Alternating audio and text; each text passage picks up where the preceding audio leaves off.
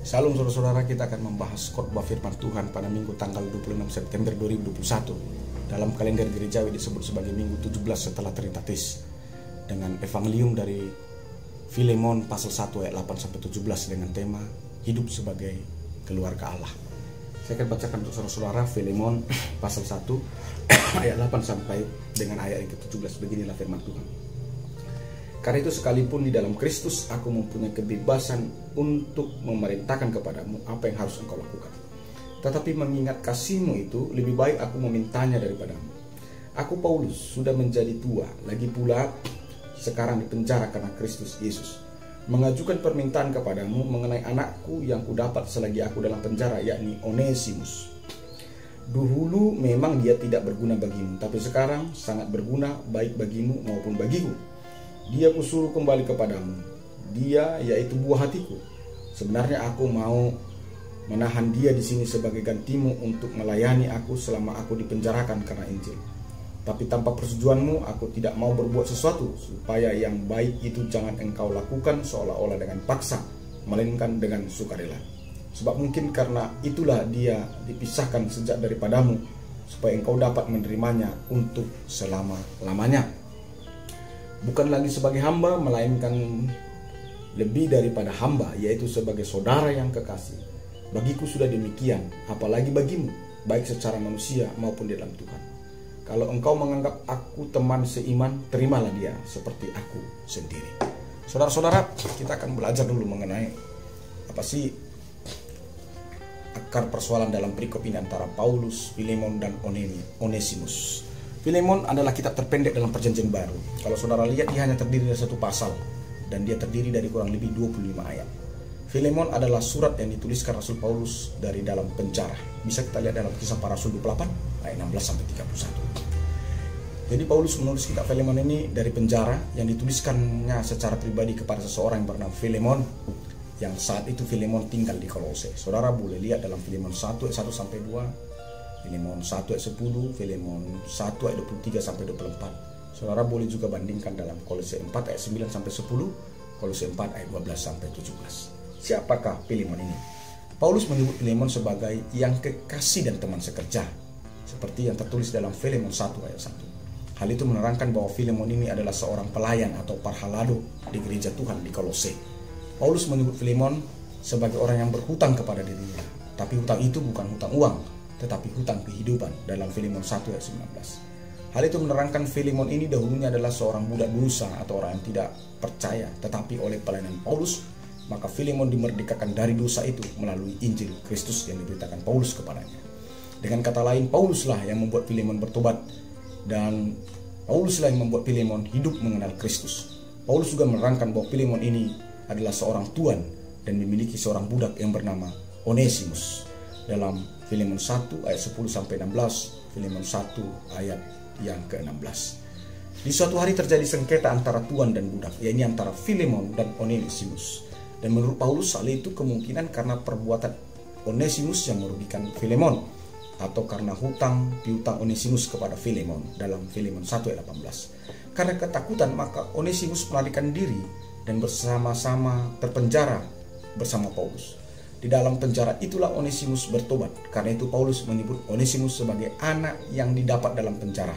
Bahkan Paulus menyebut Onesimus sebagai buah hatinya dalam Filemon 1 ayat 10, Filemon 1 ayat 12. Setelah hukuman Onesimus selesai, maka Paulus menyuruh Onesimus untuk kembali kepada tuan yang bernama Filemon dalam Filemon 1 ayat 12. Melalui suratnya ini, Paulus menjadikan dirinya sebagai jaminan, sebagai garansi atas segala kesalahan yang pernah dilakukan Onesimus pada masa lalu kepada Filemon, dengan maksud agar Filemon menerima Onesimus dalam Filemon 1 ayat 17-19. Filemon adalah bawahan Paulus dalam pekerjaan pelayanan gereja.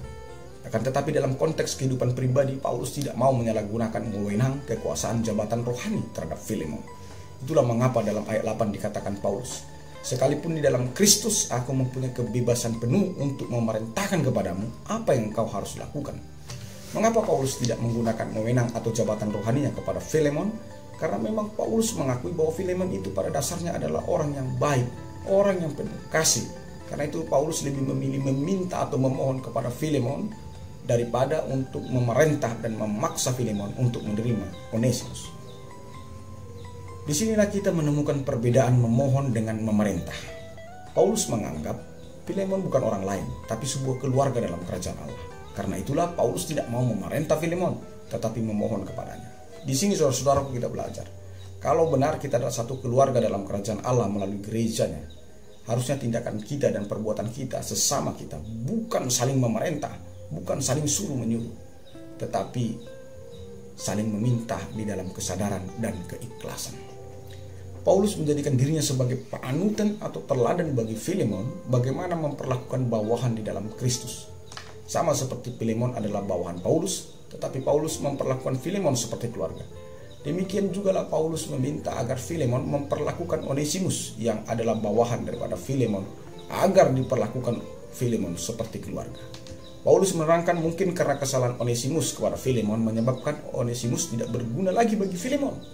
Tetapi Paulus mengingatkan Filemon, Onesimus sudah bertobat selama ia bersama dengan Paulus di penjara. Karena dasar pertobatan itulah, maka orang yang dahulu tidak berguna sesungguhnya ia telah kembali menjadi orang yang berguna. Paulus bisa saja memaksa Filemon untuk menerima Onesimus, akan tetapi Paulus tidak mau melakukan hal itu, sebab bagi Paulus, jikalau Filemon menerima Onesimus, janganlah karena keterpaksaan, tetapi karena sukarela. Itulah mengapa Paulus mau merendahkan dirinya kepada Filemon untuk meminta izin agar Filemon menerima Onesimus. Artinya bagi Paulus, bukan penerimaan itu yang penting, tapi motivasi dalam menerima itu yang penting. Apakah di dalam keterpaksaan atau di dalam sukarela. Paulus menjamin bahwa Onesimus benar-benar telah bertobat. Atas dasar pertobatan itulah seharusnya Filemon menerima Onesimus. Tetapi bukan diterima lagi sebagai budak, tetapi diterima sebagai orang yang merdeka yang telah dimerdekakan oleh Kristus. Paulus membuat sebuah perbandingan. Jikalau Filemon masih menganggap Paulus adalah teman atau gurunya dalam hal iman, maka Filemon harus menerima Onesimus seperti Paulus yang telah menerima Onesimus. Jadi dapat kita mengerti, hidup sebagai keluarga Allah berarti kehidupan rohani kita dengan saudara-saudara kita yang seiman bukan seperti tuan dan budak, tetapi seperti keluarga. Dan segala tindakan perbuatan kita bukan karena diperintah lagi atau dipaksa lagi atau karena disuruh-suruh lagi dalam kehidupan bergereja itu. Tetapi kehidupan kita dalam bergereja itulah kita harus berada dalam kesadaran, dalam sukarela, dalam keikhlasan untuk melakukan pelayanan atau peribadatan di tengah-tengah gereja kita itu. Jadi sebuah keluarga harus hidup di dalam dialog, bukan di dalam pemaksaan kehendak.